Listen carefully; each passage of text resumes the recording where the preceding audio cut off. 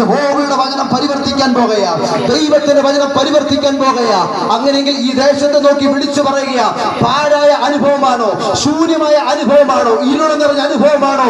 ഞങ്ങൾ ഉറപ്പോടെ വിശ്വാസത്തോടെ വിളിച്ചു പറയുന്നു, ഞങ്ങൾ ഉയർത്തുന്ന ഈ യേശു ഉണ്ടല്ലോ, ഞങ്ങൾ ഉയർത്തുന്ന രക്ഷകനായ യേശു ഉണ്ടല്ലോ, പാഴായതിനെ തിരിക്കുവാൻ, ശൂന്യമായതിനെ തിരിക്കുവാൻ, ഇരുള നിറഞ്ഞ മേഖലയെ തിരിക്കുവാൻ വചനത്തിന് കഴിയുമെന്ന് ഞങ്ങൾ ഉറപ്പിച്ചു പറയുന്നു.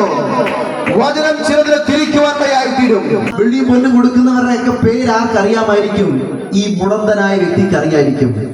ഇന്നലകളിൽ അവനെ സഹായിച്ചവർ പേരറിയും, പക്ഷേ ഇതുവരെ കേൾക്കാത്ത ഒരു പേര് അവൻ കേൾക്കുകയാ, യേശു എന്ന നാമം. ഇന്നലെ പല പേരുകൾ കേട്ടിട്ടുണ്ട്, പക്ഷെ പ്രയോജനമൊന്നും ഉണ്ടായില്ല. പക്ഷേ യേശു എന്ന നാമം കേട്ടപ്പോൾ അവൻ അവിടെ കാണാൻ കഴിയുന്നത് അതുവരെ തളർന്നിരുന്ന ചില വിഷയങ്ങൾ എഴുന്നേൽക്കുവാൻ ഇടയായി തീർന്നു.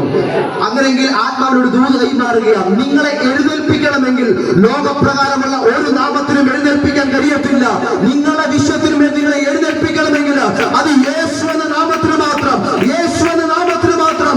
നിങ്ങളെയും നിങ്ങളുടെ തലമുറയെയും നിങ്ങളുടെ കുടുംബത്തെയും നിങ്ങളുടെ വിശ്വത്തിൽ നിന്ന് എഴുന്നേൽക്കണമെങ്കിൽ അത് യേശു എന്ന നാമം വെളിപ്പെട്ടേ മതിയാവൂ. അങ്ങനെയെങ്കിൽ ഈ ദിവസം കൊണ്ട് സ്വീകരിക്കാൻ തയ്യാറാണോ?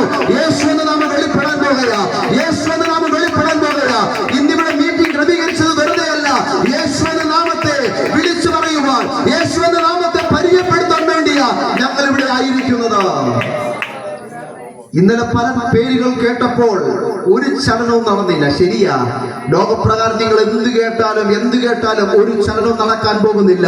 എന്നാൽ ഇവൻ എപ്പോഴാണോ യേശു എന്ന നാമം കേട്ടത്, ആ സമയം ഇതുവരെ ഉറക്കത്തില്ല എന്ന് പറഞ്ഞ വിഷയം, ഇതുവരെ എഴുന്നേറ്റു നിൽക്കത്തില്ല എന്ന് പറഞ്ഞ വിഷയം, ഇതുവരെ ബലപ്പെടത്തില്ല എന്ന് പറഞ്ഞ വിഷയം, ഇതുവരെ പലരുടെയും സഹായം കൊണ്ട് നീ നടക്കത്തുള്ളൂ എന്ന് പറഞ്ഞ വിഷയം, ഒറ്റ പേരിനകത്ത് അവൻ എഴുന്നേൽക്കുവാനിടയായി തീർന്നു.